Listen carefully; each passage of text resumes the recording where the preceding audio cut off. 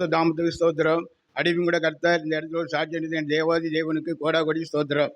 கர்த்தர் நல்லவர், அவர் கிருபை வேண்டும் என்று சொல்லி ராஜாதி ராஜா என்னுடைய வாழ்க்கையில் பாராட்டி வந்த சில காரியங்களை உங்கள் மத்தியிலே சாட்சியாக கூறும்படியாக கர்த்தர் நிறுத்துகிறார். கர்த்தருடைய பரிசுத்த நாமத்துக்கு ஸ்தோத்திரம். இந்த இடத்தில் கூட்டம் நடைபெறும் என்று எங்களுக்கு தெரியாது. சகோதரன் பிரின்ஸ் மூலம் அநேக நாட்களாக அவன் என்னை அழைத்து கொண்டே இருந்தான். தம்பி அண்ணா வாங்க, நம்ம ஒரு கூட்டம் நடந்து கொண்டிருக்கிறது, அங்கே நாம் போவோம், வாருங்கள் வாருங்கள் என்று சொல்லி அழைத்து கொண்டிருந்தான். ஆனாலும் தடையாக காணப்பட்டது. தடையை மாற்றி கர்த்தர் இந்த ஒரு 4 வாரத்துக்கு முன்னால் ரெண்டு நாள் இந்த கூட்டத்தில் கலந்து கொள்ள முடியாத கர்த்தர் எனக்கு கிருபை பாராட்டினார். கர்த்தருடைய பரிசுத்த நாமத்துக்கு ஸ்தோத்திரம். என் வாழ்க்கையில் அநேக போராட்டங்கள், கடன் பிரச்சனைகள், அதன் மத்தியில் நான் எப்படி அநேக காரியங்களை ஜெபித்த நாட்கள் உண்டு. கர்த்தரின் அந்த நாங்கள் இருக்கிற பகுதியில், நாங்கள் கோவை மாவட்டம் வெள்ளமட கிராமத்தில் கடை வச்சு வியாபாரம் நடத்திட்டு இருக்கிறோம். 40 வருஷம் அந்த இடத்துல தொழில் செய்திருக்கோம். அந்த இடத்துல ஆண்டவர் நாமத்தால் மகிமைப்படுத்துக்காக கர்த்தர் என்னை அந்த இடத்துல ஒரு கதையாக பயன்படுத்தி கொண்டிருந்தார். ஆனாலும் சத்துருவின் பெரியான ஒரு சத்துரு எங்களுடைய தொழிலை முடங்கடித்து எங்களை எப்படியாவது அந்த இடத்துல இவர் இயேசுன்னு சொல்லி கொண்டே இருக்கிறாரு, இவரை இந்த இடத்தை விட்டு விரட்டி விட வேண்டும் என்று சொல்லி அநேக மக்கள் கங்கணம் கட்டி வேலை செய்து கொண்டிருந்தார்கள். தொழில் நெருக்கத்தின் மத்தியில் அநேக கடனுக்கு அடிமையாகிவிட்டேன். ஆனாலும் கர்த்தர் எனக்கு வாக்கு கொடுத்தார், நான் உன்னை விட்டு விலகுவதும் இல்லை, உன்னை கைவிடும் இல்லை, நான் உன்னோடு கூட இருந்து நான் உன்னை பெருமைப்படுத்துவேன் என்று சொல்லி என் தேவன் எனக்கு கட்டளையிட்டார். அந்த கட்டளையின்படி நாங்கள் அந்த இடத்துல இன்னும் அநேக ஆத்ம ஜெபித்து கொண்டே இருந்தோம். ஆனாலும் சத்துரு பயங்கரமாக போராடி சரீரத்தில் பலவீனத்தை உண்டு பண்ணி கொண்டிருந்தான். எனக்கும் என் மனைவிக்கும் அதிகமான பலவீனத்தை உண்டு பண்ணி எப்படியாவது இந்த இடத்தை விட்டு துரத்த வேண்டும் என்று சொல்லி அவர் வயது தேடி அழிந்து கொண்டிருந்தார்கள். ஆனாலும் நாங்கள் இரவிலும் பகலிலும் விடியற் காலையிலும் கர்த்தர் நாம் மகிமைப்படுத்திய அந்த இடத்துல பாடலை பாடி கர்த்தரை ஆராய்ச்சி கொண்டு வந்தோம். கர்த்தர் எங்களுடைய வாழ்க்கையில் பெரிய காரியங்களை செய்து வந்தார். அவருடைய பரிசுத்த நாம ஸ்தோத்திரம். இந்த இடத்திலும் கூட கடந்த 3 வாரத்துக்கு முன்னால் நான் இந்த இடத்துல வந்தோம்.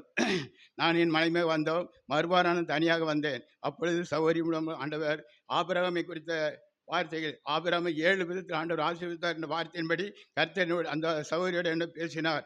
நான் அது மட்டுமல்லாதபடி போன வாரம் சனிக்கிழமை 4 மாடி இயேசுபடி குளியத்தில் நடந்த வியாபாரிகள் கூட கடந்து போனேன். அந்த இடத்துல ஆண்டவர் இதே ஆபிரகாமை குறித்து பேசினார். அது என்னுடைய வாழ்க்கை ஒரு பெரிய எனக்கு ஒரு சமாதானம், சந்தோஷம். ஆண்டவர் ஆபிரகாம் தேவன் நம்மை ஒருபோது கைவிட மாட்டார் என்ற விசுவாசத்தோடு நாங்கள் கடந்து ஜெபித்து கொண்டிருந்தோம். கடந்த வாரத்தில் சகோதரி எங்களுடைய இல்லத்துக்கு வந்து அவர்கள் ஜெபித்தார்கள். எல்லா தடைகளும் உடைக்கப்பட்டது. கர்த்தருடைய கரம் அவர் இல்லத்தை கட்டி 11 ஆண்டுகள் அந்த இல்லத்தில் கொடி புகாதபடி காணப்பட்டது.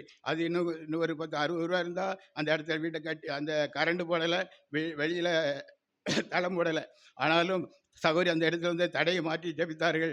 நேற்று தினம் எத்தனையோ கடன், ஆனாலும் அதில் மத்தியிலும் நேற்று தினம் இந்த பேங்கில் இருந்து எத்தனையோ பேங்கு நாங்கள் அலைஞ்சோம். எல்லாம் வயசாகிவிட்டது, 70 வயசு ஆகிப்போச்சு. சகோதரிக்கு 68 வயசு லோன் கிடைக்காதுன்னு சொன்னாங்க. நேற்று சனிக்கிழமை சகோதரி எங்கள் வீட்டில் இல்லத்தில் வந்து ஜெபித்து வந்தார்கள். திங்கக்கிழமை ஒரு பேங்கில் இருந்து என்னை கூப்பிட்டார்கள். ஏன்னா உங்களுக்கு லோன் தருகிறோம், நீங்கள் வாங்க, சகோதரியை கூட்டிகிட்டு வாங்கன்னு பேசுனாங்க. நானும் என் மனைவியுமாக கடந்து போனோம். அங்கே 2 லட்சம் ரூபா நாங்கள் உங்களுக்கு தரோம். எந்த விதமான விசாரிப்பு இல்லை. கர்த்தர் அற்புதங்களை செய்தார். கர்த்தர் நல்லவர், அவர் கிருபை வேண்டும் என்று சொல்லி என் தேவனுடைய இப்போ 2 லட்சம் ரூபா நாங்கள் தருகிறோம், ஆனால் வயதாகிவிட்டது என்று சொல்லி, ஆனால் ஒன்றுமே சொல்லலை, எதுவுமே கேட்கல. 2 லட்சம் தரேன்னு சொல்லி எல்லா கையெழுத்துக்கெல்லாம் வாங்கிட்டாங்க, பாஸ்புக் தந்துட்டாங்க, ஏடிஎம் கார்டு தந்துட்டாங்க. அப்புறம் நேற்று இரவு அந்த மகன் கூப்பிட்டு சொன்னாப்புல, மேனேஜர் இந்த மாதிரி உங்கள் மனைவிக்கு வயது ஆகி போச்சுருங்க, ஒரு 40,000 ரூபா நீங்கள் 40,000 ரூபா அங்கே பிடிச்சிட்டா 1,60,000 நாங்கள் தரோம், நீங்கள் அதை மாதம் கேட்டுங்க அப்படின்னு சொன்னாங்க.